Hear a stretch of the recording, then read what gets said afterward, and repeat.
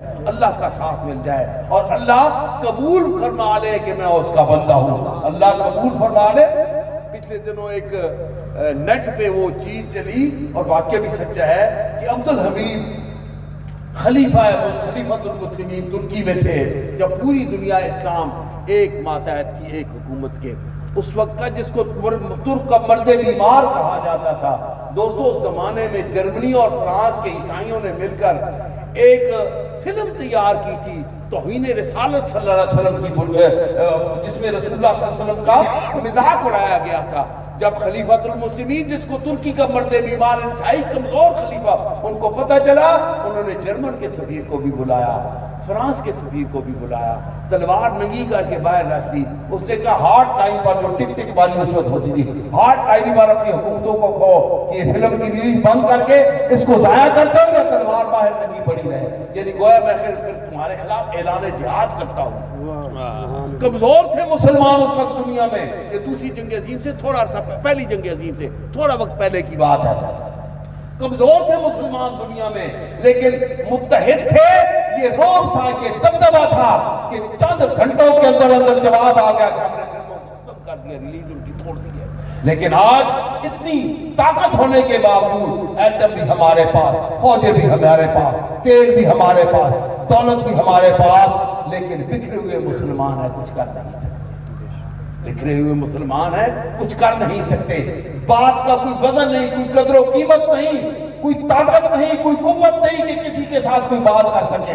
تو وہ ترکی کے خلیفے کا جو واقعہ تھا، اس کے جو دربار میں ہوتا ہے رابطہ رکھنے والا، وہ کہتا ہے کہ باہر ایک سوالی آیا ہے۔ انہوں نے کہا بلاؤ۔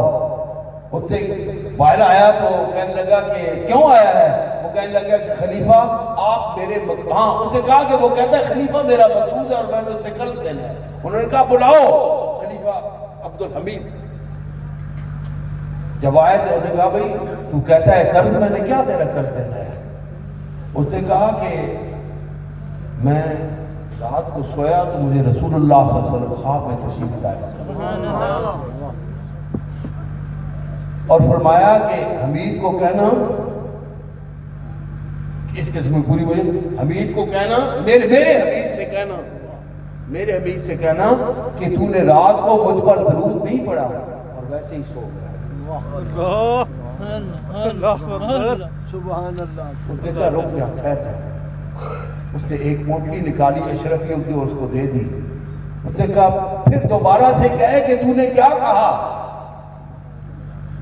رسول اللہ صلی اللہ علیہ وسلم نے کیا فرمایا؟ کہنے لگا کہ میں نے خواب میں دیکھا کہ رسول اللہ صلی اللہ علیہ وسلم میرے حمید، یاروں کو کہا رک جا، ایک اور تھیلی اشرفی کی نکال کے اس کو دے دے۔ اس نے کہا پھر سے پڑھ، اللہ کی قسم پھر سے پڑھ۔ وہ کہنے لگا کہ میں نے رات کو سو گیا اور رسول اللہ صلی اللہ علیہ وسلم کو قرض کے لیے بہت پریشان تھا۔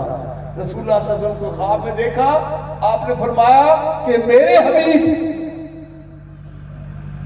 اس نے کہا رک، اور اشرفی تھی تو جو درمیان میں ایل تھی جو کہنے لگا اب تیرا قرض پورا ہو گیا، اتر جائے گا جو تو مقروض ہے۔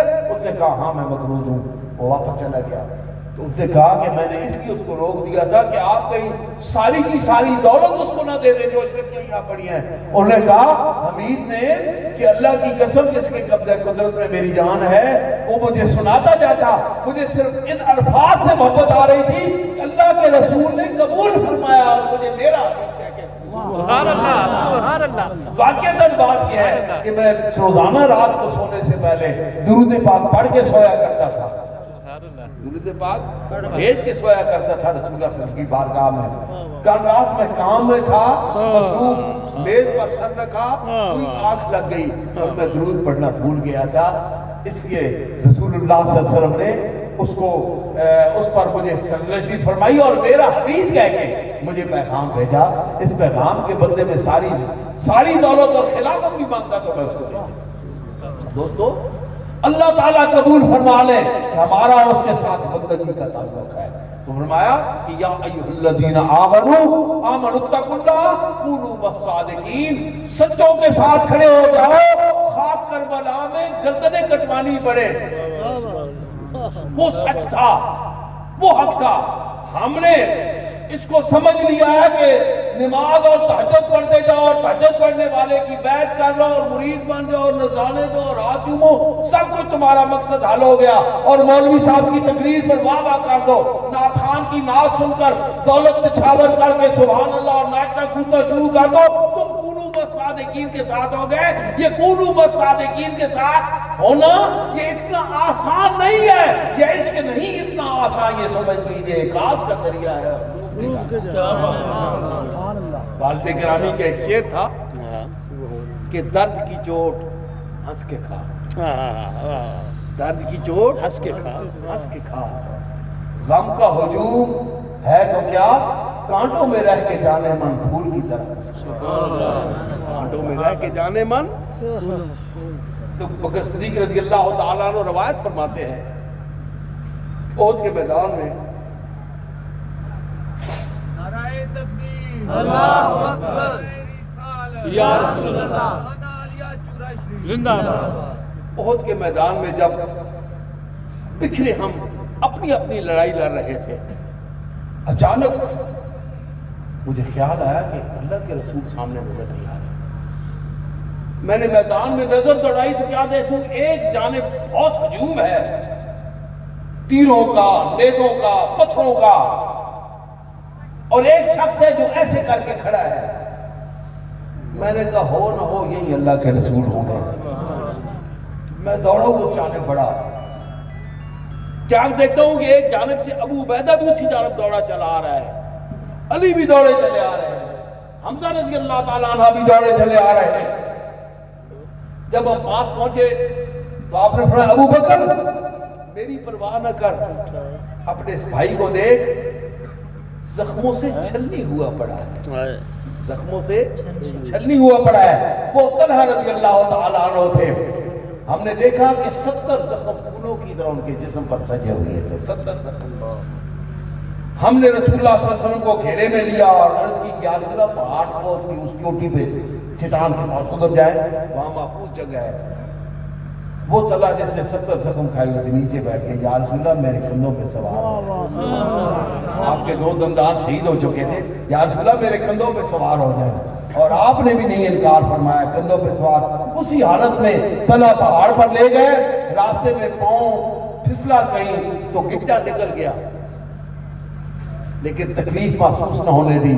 جب رسول اللہ صلی اللہ علیہ وسلم تشریف فرما ہوئے، طلحہ کے چہرے پر تکلیف کے آثار دیکھے، فرمایا طلحہ کیوں تکلیف میں مبتلا ہے، کیوں تکلیف میں مبتلا ہے؟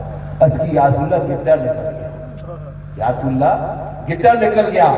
آپ نے ٹانگ کو پکڑا اور پاؤں کو پکڑ کے ایسے ہلایا اور اوپر لب مبارک لگا دیا، گٹا اپنی جگہ پر بیٹھ گیا، درد کے آثار ختم ہو گئے۔